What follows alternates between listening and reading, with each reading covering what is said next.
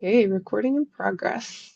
All right, well, yeah, welcome again. Thank you all for attending. And I know my video is a little off, having some tech issues with my work computer, but you can bear with me. I think we'll all be good. Okay. So before we get into the content, I do want to do a land acknowledgement that we do with the Office of Labor Standards. Um, So I would like to acknowledge that we are on the ancestral lands and waters of the Coast Salish and Duwamish people and their descendants, including but not limited to the federally recognized Muckleshoot Indian tribe and the federally recognized Suquamish tribe. They are the original, present, and future stewards of these lands and waters. We raise our hands and honor them with gratitude. And we also acknowledge the Treaty of Point Elliott and the Medicine Creek Treaty and understand the importance of these treaties as they preserve and protect Indigenous people and their sacred homelands. Like to specifically point to those treaties because that is what ought to have governed the relationship between tribes and any governments on this land. So if you're curious, you can read more about those.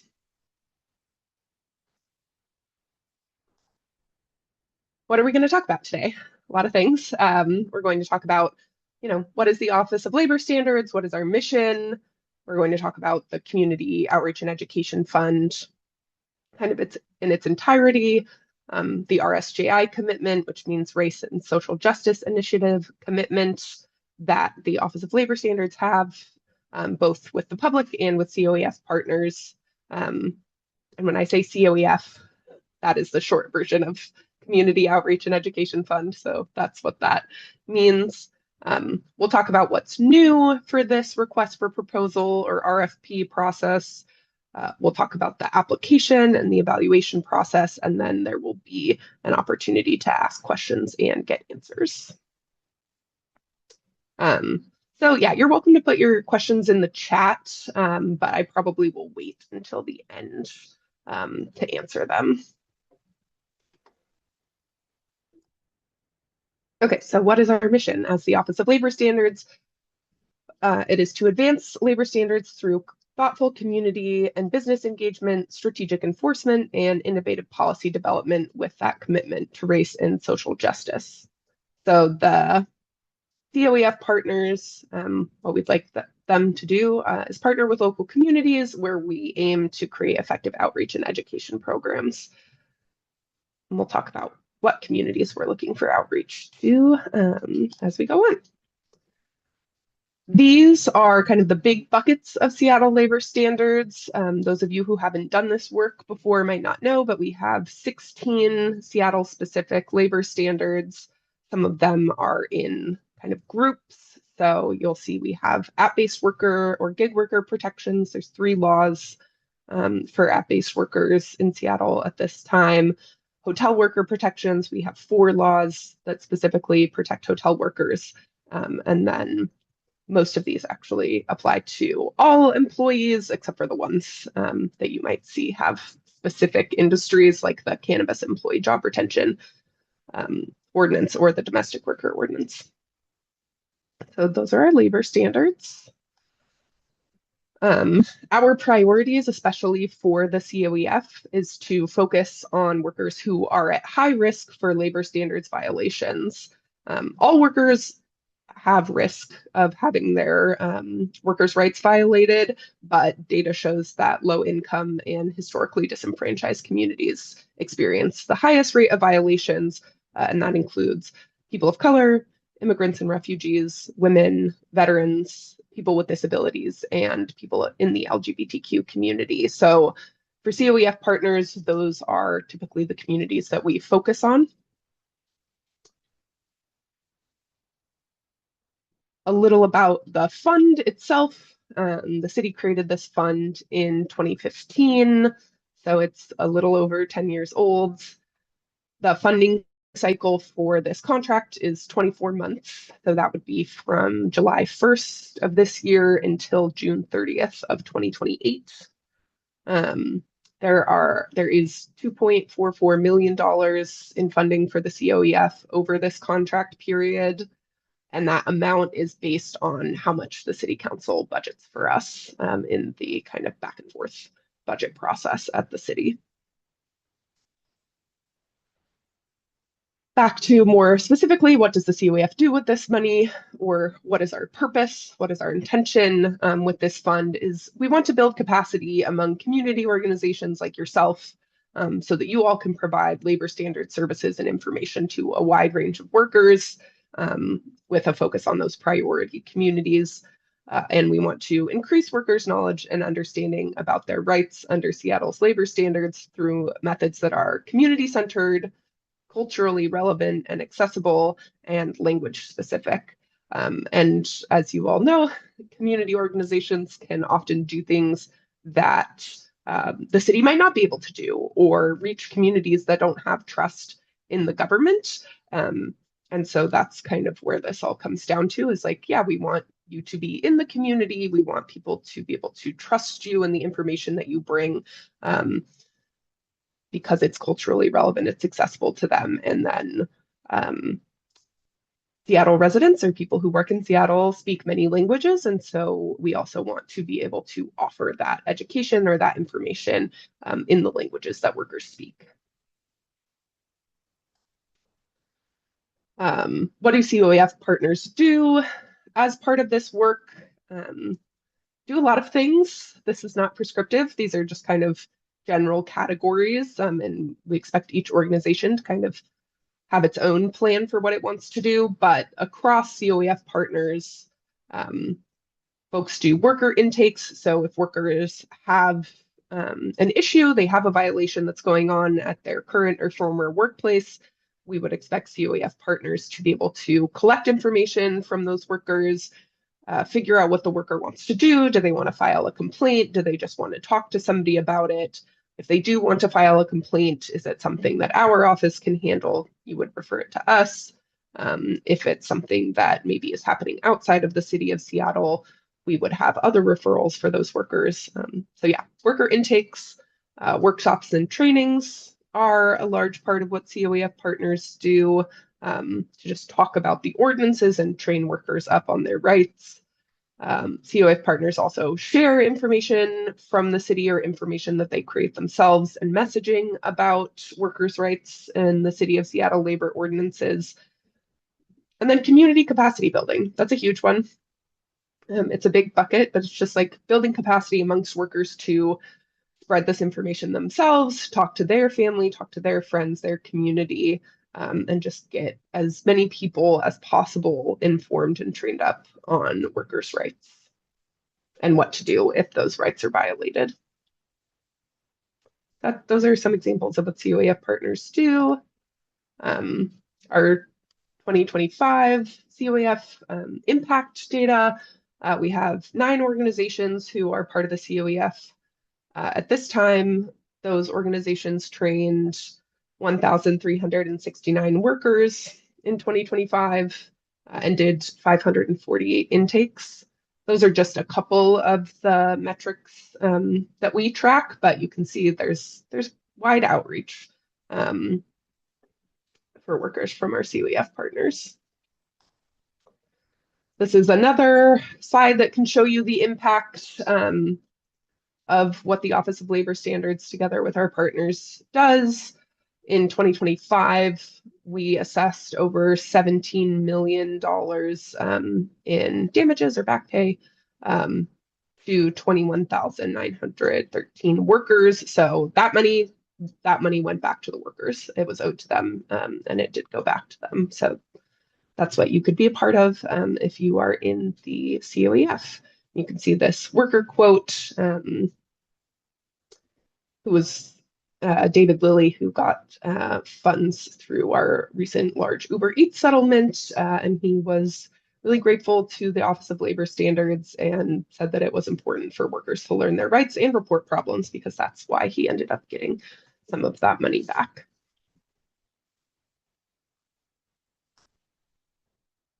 And actually, I'm just going to go back for a second, because you all, some of you are newcomers, so you might not know, like, what is a settlement when it comes to OLS. So if we get a complaint, and our investigators, they go through the information, they decide that it's actionable, that there was a violation, a lot of the time, what ends up happening is that we'll reach out to the employer and the employer will settle. So these settlements, they don't go to court. The employer agrees to pay. And that's where a good amount of this money came from, was from settlements.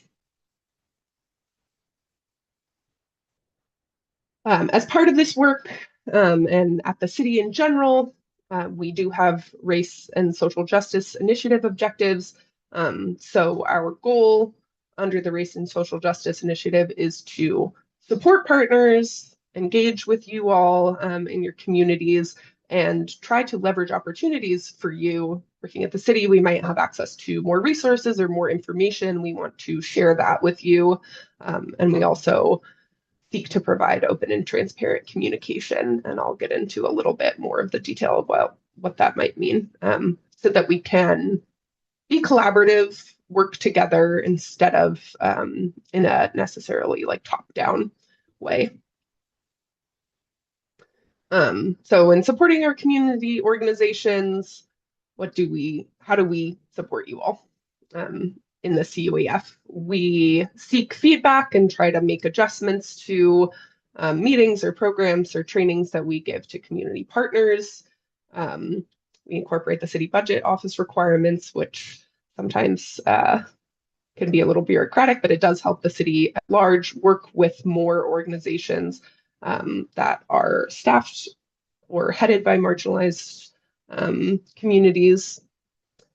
We also have the 2-year contracts so that you can kind of settle into the work. You don't have to worry about the year ending and then you have to apply again. So it just gives people a little more breadth to do this work. And then we offer a lot of materials in many different languages. And if any COEF partners want even one-on-one training, that is something that we offer. We also have quarterly meetings with COEF partners where everybody comes together, and we offer materials and trainings at those meetings as well. How do we engage communities? Well, starts with data, and that can be qualitative, it can be quantitative, but we want to understand where communities are most impacted by labor standards violations so that we can prioritize doing outreach and education with those communities. We provide translated versions of OLS materials so that we can engage people who don't speak English as a first language. We are able to provide interpretation for COEF meetings if that is something that your staff needs or would like. We do review personal stories as part of the COEF work. We ask that partners share personal stories from workers, not identifying, but those can be really impactful. And so we review those. We look at those to see, okay, what do we need to change? How can we better support workers? What's the biggest concern for workers at this time, so that we can inform the office's work. And then we also track a lot of language access information so that we can make sure that we're having the impact that we want, that people who don't speak English as a first language are able to access the resources or the support that they need when it comes to labor violations. Leveraging opportunities. There's a couple ways that we can do this. One of those things is to collect data from you all. Like community partners are on the ground who talk to workers more frequently than I would say OLS staff does.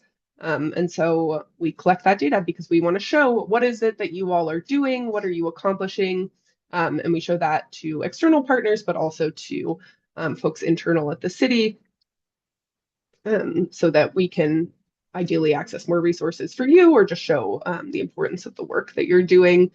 I talked about story sharing.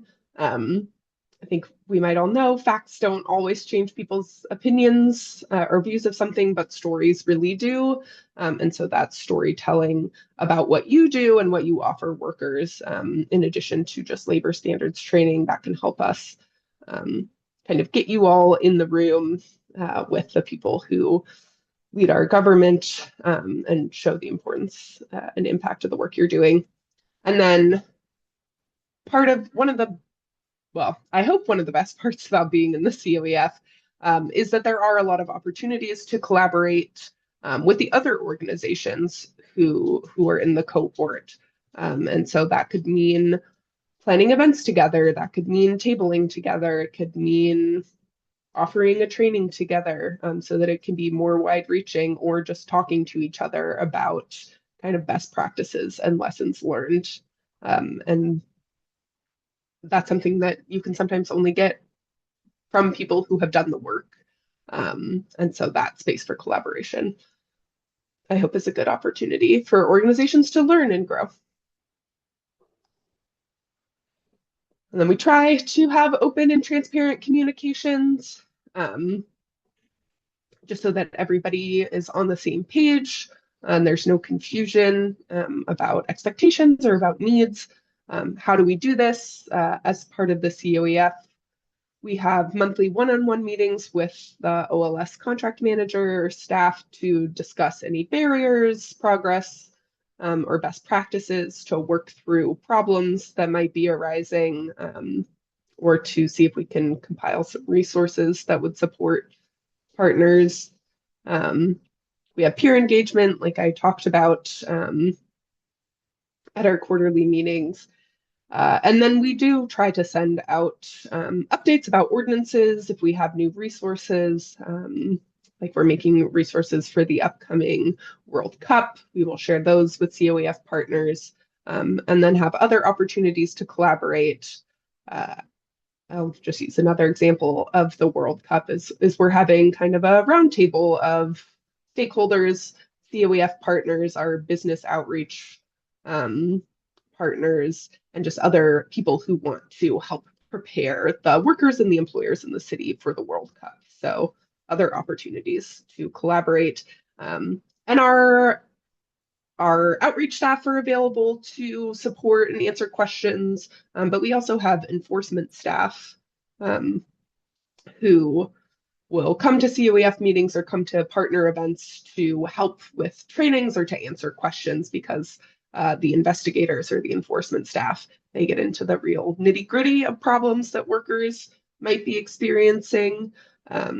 And so they can really answer questions. And we have a direct line from COEF partners to our strategic enforcement manager who looks at all the complaints, and she can walk people through, like, what information do they need, or what's going to happen with this case. So that's one of the ways that we try to have open and transparent communication.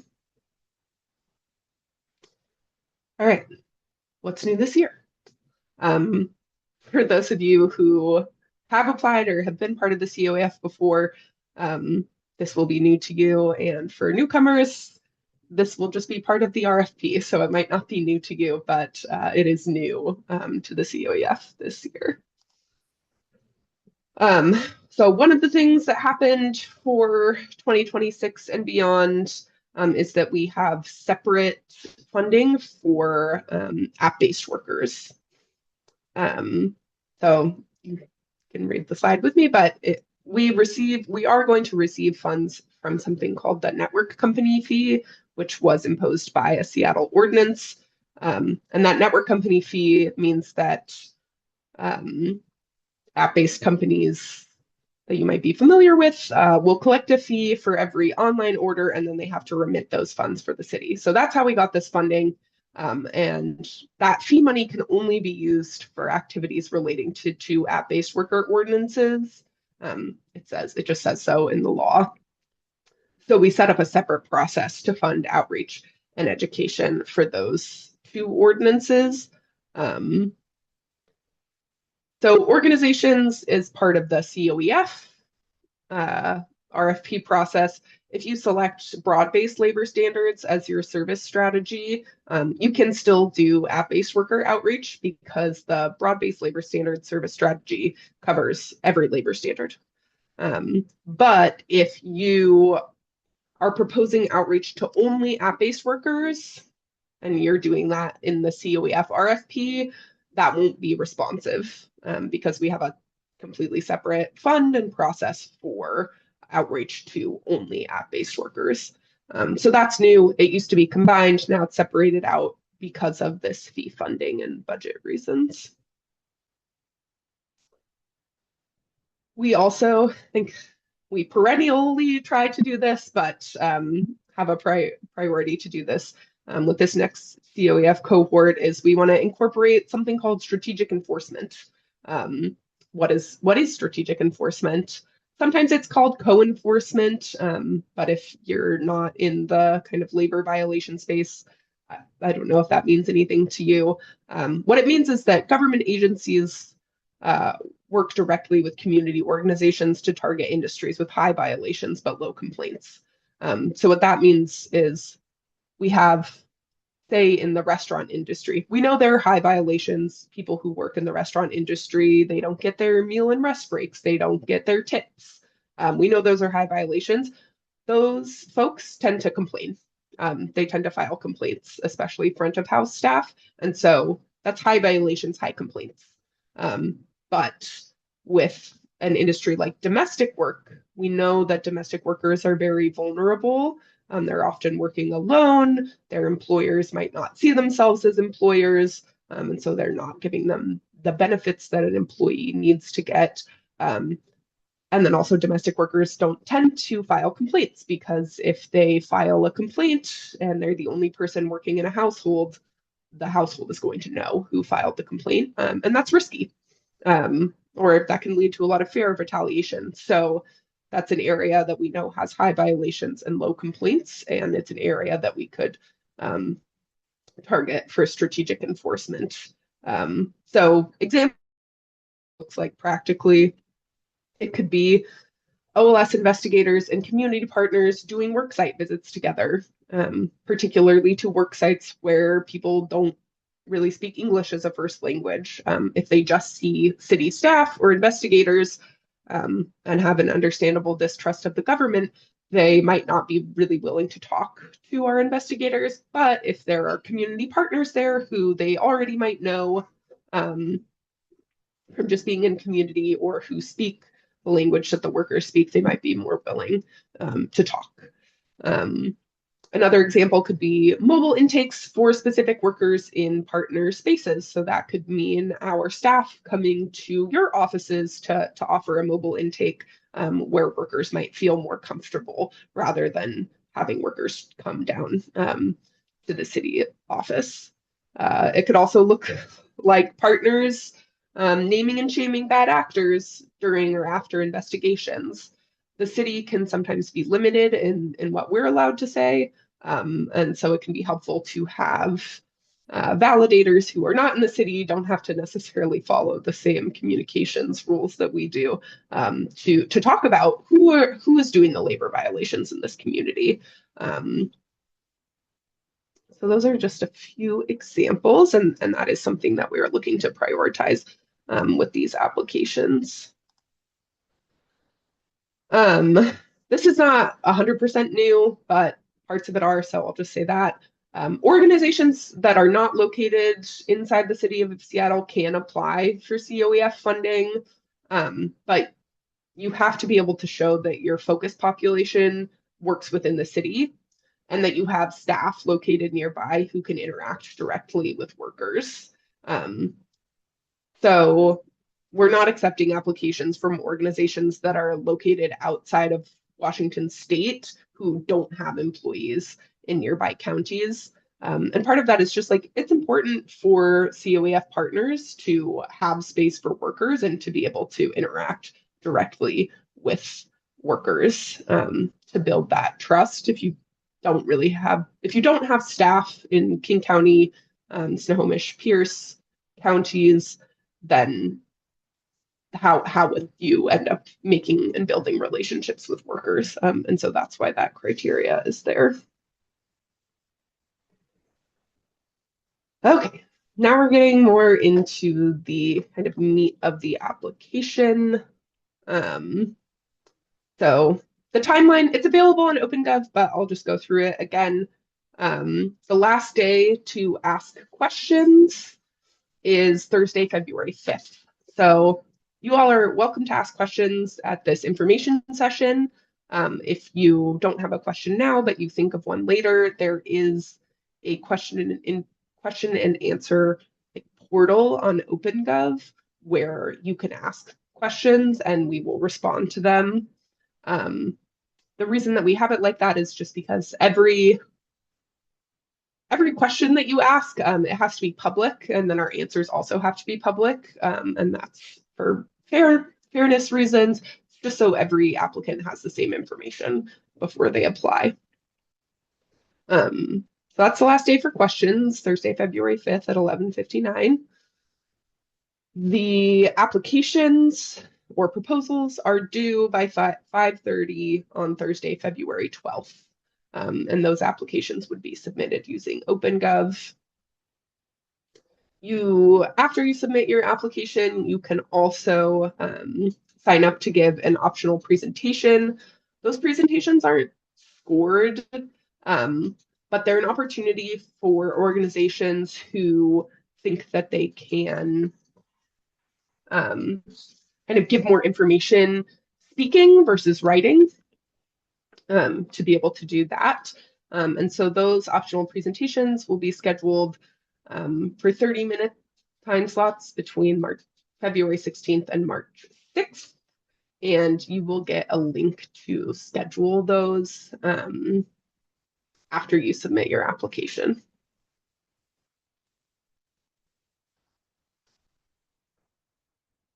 Okay, what do you need to submit as part of this request for proposal?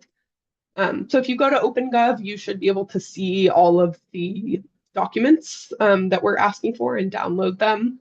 That includes a cover page that gives us information about your organization. We have some application questions that we expect people to respond to. And as part of those application questions, we also ask that you propose a scope of work. So propose what is it that you would like to do if you receive funding. Your proposed budget, what will you be using that funding for? The consultant questionnaire, which is a form that's required by the City of Seattle and just, again, gives us information about your organization.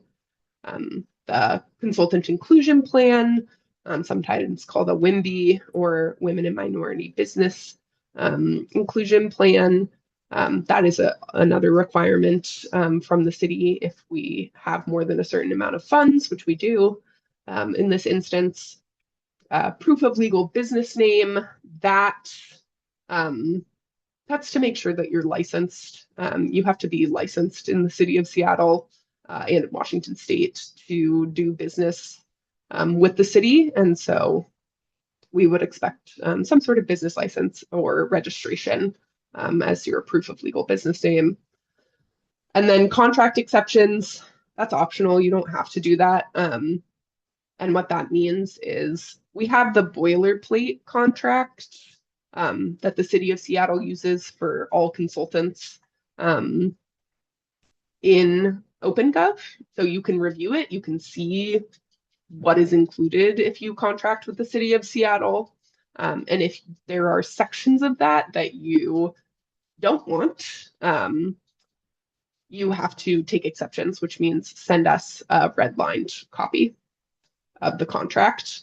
If you don't take contract exceptions, then it's difficult to change the boilerplate anyway, but if you don't take the exceptions, then you can't change the boilerplate. You're just agreeing to that. So all of those documents can be found in OpenGov. If you have any issues with those documents, if it's a technical issue, please reach out to OLS_RFP.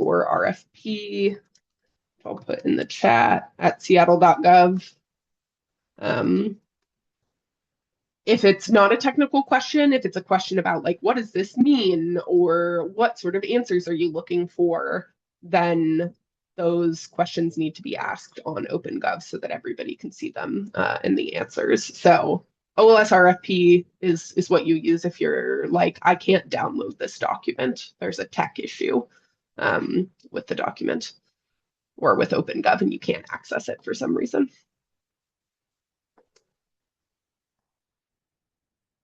All right, we talked about questions. I'll just go into it a little bit in more detail.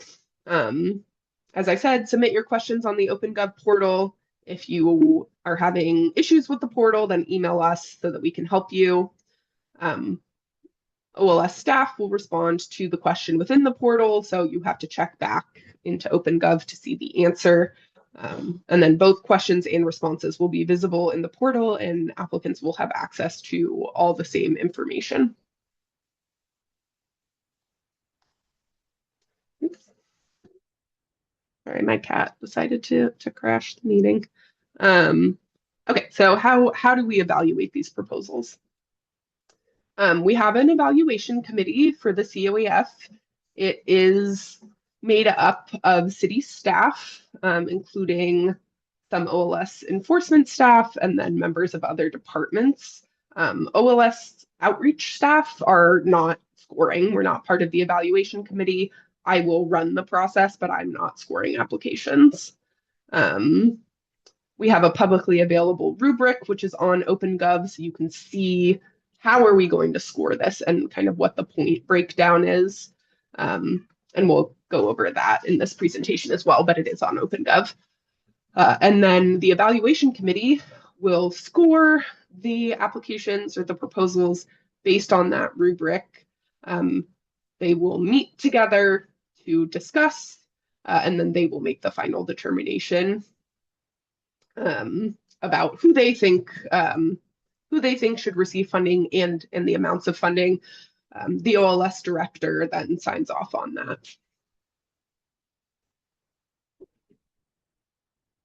Okay, so this is the rubric. I don't have the points breakdown, but you can see it in OpenGov. So how we score is we want to know who are you? That means that like a high scoring application would have a clear description of your organization and your race and social justice framework. You, as an organization, would have the capacity to process and submit invoices and reports timely, which some of the invoices and reports we'll get into, those are monthly, like invoices are monthly. And then you would have connections to workers and labor sectors. So that's kind of the first category. Who will benefit? So that's really talking about like, yeah, who will benefit from the work that you're doing? So we'll look at, can you provide culturally relevant and language specific support? You have a clear idea of how to increase workers' knowledge of rights, because we want what you're going to do to be impactful and effective. And then experience doing technical education with low-wage workers to make sure that low-wage workers will benefit from your work. That doesn't mean that you need to have worked with OLS before. That doesn't mean that you need to have done labor standards education before. It just means like you can do any form of technical education with low-wage workers. So that could be like applying for benefits, utilities, job training, a lot of different things can fall into that category. What do you want to do? So that's where your scope of work comes in. The scope of work shows a long-term, or at least a 2-year approach. You have a realistic explanation showing or outlining the actions that you will take to complete that scope of work that you're proposing. And your budget includes the resources needed to complete the scope of work, including labor costs. How will it make a difference and how will you know? Part of that is like you already have identified your community's needs and barriers to access, and your scope of work addresses those needs. And then you talk about how are you going to collect data to assess what the actual impact of your work was. And then we have the WIMBY inclusion plan. As I said, it's required under city ordinance. We're really just looking for folks to do their best to fill out the plan. If you do need support, there is WIMBY technical assistance for filling out the plans at the City of Seattle. And For-profit and nonprofit businesses can both apply for funding from the COEF. If you're a nonprofit business, usually you would not be considered a WIMBY yourself. And so that WIMBY inclusion plan is us looking for your plans to hire any women or minority businesses for subcontracting, like graphic designers, printing, cleaning, things that you outsource or subcontract. All right, after selection, what do partners do for OLS? So the first thing that would happen after selection, we will send award and denial letters to any applicant, depending on the evaluation committee's recommendations. And then we would get into negotiating the contract. So that's when we really line out, like, what is it that you're going to be doing? I'll also let you know that we sometimes will partially fund an organization. And so if you don't get the entire amount of funding that you requested, we would negotiate the contract so that your scope of work would have fewer things in it to reflect the reduction in funding. So yeah, we would negotiate the contract. Partners would attend OLS retreats, usually around the beginning of the contract period, and those are longer days or meetings so that we can train everybody up and get to know each other better. You would have a monthly one-on-one meeting with the contract manager. You would have quarterly meetings with the whole COEF cohort. You would do intakes and other contract activities, and then you would timely submit your invoices and reports, including data, reporting and training logs every month, qualitative reporting quarterly, and then expenditure reports every year. And I am actually going to, show you all what some of those might look like. Can you see the Excel spreadsheet before you? Yes. Yes. Thank you. Okay, this one is the template that we're using for a shorter contract period, so it only has 6 months, but you can see a lot of different kind of information to collect. How many OLS meetings did you have? Your quarterly narrative reports. Make it bigger. This is where we would put scope of work. So if you had, for instance, let me do that. If you had like a workshop, then that would be in there, and we could say, oh, the contract goal is you do 6 workshops, and so you would collect that information. And then we have space for intakes. So you talk to a worker who is reporting a violation, and you refer it to OLS. We want to know that. We want to know what language the intake happened in so that we can track that. We want to know what was the alleged violation in that intake, what was the industry.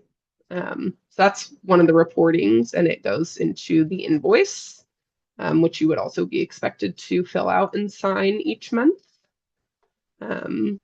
We also have training logs, specifically for trainings and workshops and activities like that, where you would explain, this is when we had the training, this is the language that we conducted the training in, here's how many workers were at the training, here are all the ordinances that we trained on.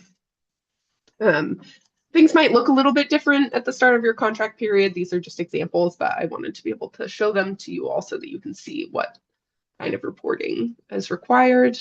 And then we have qualitative reporting.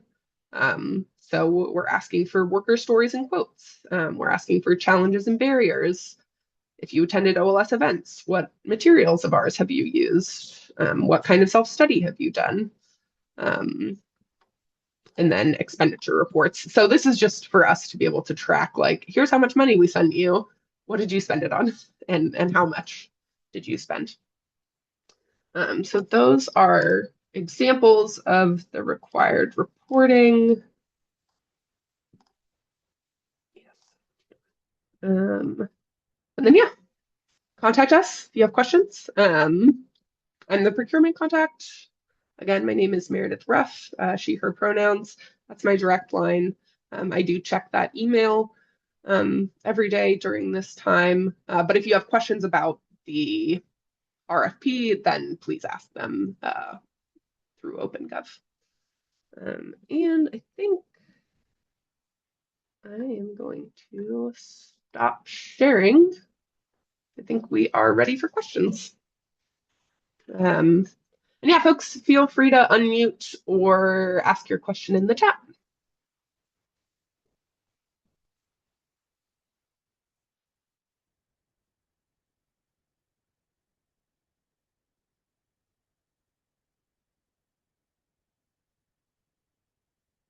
Yes, Rutina asked in the chat, this is open for for-profit organizations. Yes, it is.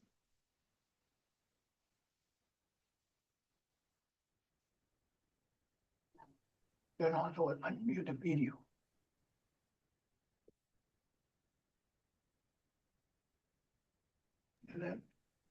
Hello. Hi.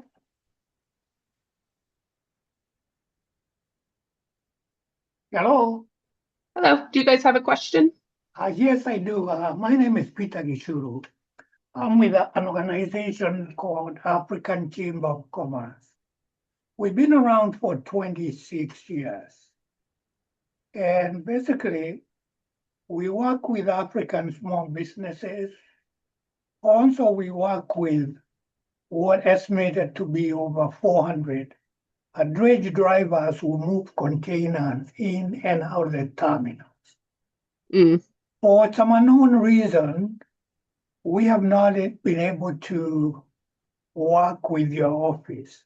So if we wanted to sit down with somebody and find out why, because as I said, we work with the community of small businesses. We've been around for 26 years.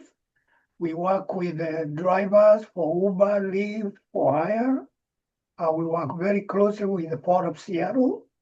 So is there any way we can get an appointment to meet with somebody from your office to gauge how do we work more closely, especially now at this time when the African community is having a lot of challenges? Yeah. I mean, I know that one of my colleagues, Ahmed, is working on just doing outreach to even organizations that we don't partner with. And so I'm sure he would be happy to, or I'm sure he might be willing to meet with you. I also know the port has its own rules, which can make it hard. Some of which we have jurisdiction over, some of which we might not. But yeah, I'm sure you could meet if you all don't end up submitting a proposal or being selected, you are still welcome to work with and meet us. Rivka, do you want to jump in? I don't know if you have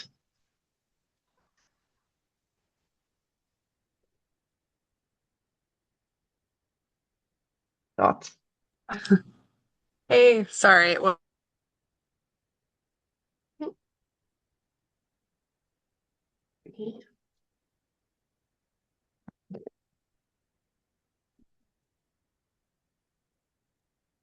Here, she's coming over to my desk because oh, you might have to put yourself on.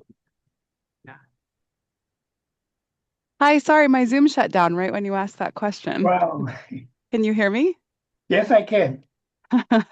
I agree with what Meredith said.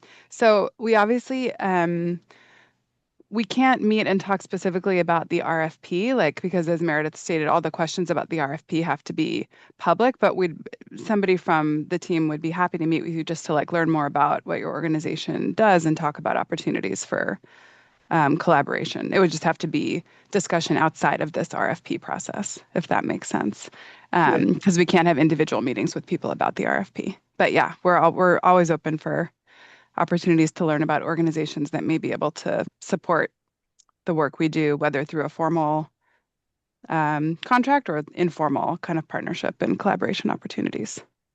Okay. So if you want to put a contact in the chat, we can grab it and follow up.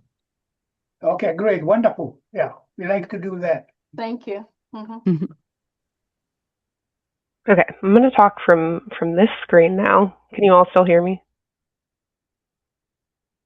I assume. Yes, because my phone's going to die, which is what my video is on.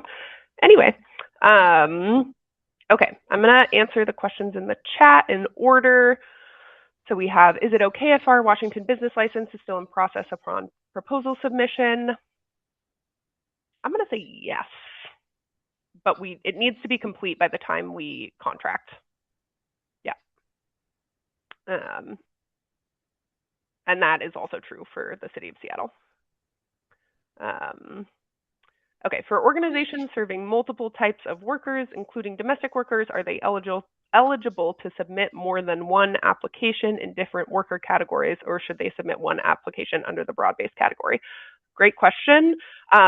You can submit one application, but say I want to do the domestic worker service strategy and the hotel worker service strategy, for example. It can just be all one application, one scope of work, one set of answers to application questions. But if you want to, you can submit to the broad-based. It just depends on what you all are looking to do. If you only want to focus on domestic workers and hotel workers, or retail workers and hotel workers, then you're welcome to submit just under those two service strategies instead of the broad-based. Because if you submit under broad-based, we'll expect that you'll train on every ordinance. But if you want to narrow in, that's up to you, and you can just submit one application for both of those things.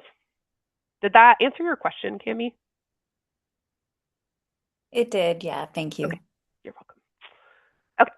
Will we be awarding several contractors' businesses for this project? Do you have a limit on how big or small the business is? Yes, we will be awarding several different organizations under this fund. Last time we had 9. We've had up to 12 previously. There's no limit on how big or small the business is or the organization is, but you do need to have the staff to be able to fulfill the reporting requirements. So that doesn't necessarily mean you have to have like a development person and a finance person, but you do need to have somebody who can come to those monthly meetings, fill out the invoices, do the reporting, and then additionally people who are going to do the outreach and engagement work. Those can be the same people, they can be different people. So there's no specific limit. More guidance around proposed budgets. You all can think about it like our aim is to fund between like 9 and 12 organizations. We have $2.4 million to do that. So if somebody wanted to take the whole pie, we probably would not give them $2.4 million. But we also have, you can look on our website and see what the funding amounts have been historically. Let me find that. Thank you. I can look that up. Oh no, I'll drop it in the chat for you. And I will say, like, if we want to fund more people, like in the application, we ask for like, what's the amount of money you want? Like, give us your pie in the sky amount, and then what's the lowest amount of funding that we could give you where you could still do at least part of this project. So we ask both of those questions, and so you can submit a range. But here's where you all can look at what current partners have received in terms of funding. Awesome. That's super helpful. Thanks. Yep. Absolutely. That's from Peter. Are there any other questions?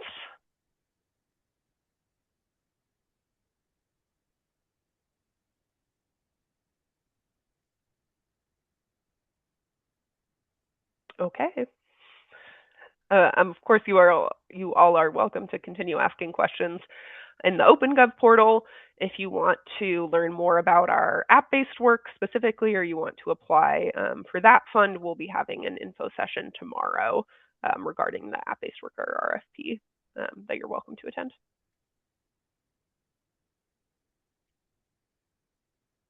Okay. Well, I guess I'll stick around, but you all are free to take your time back, and I hope you have a good rest of your day.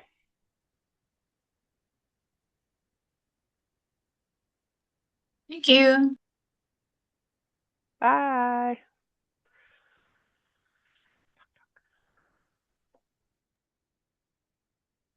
So we did add our email address to the chat. I hope you saw it. Oh, great. Yeah, we got it. Thank you so much. Okay, you're welcome. Oh.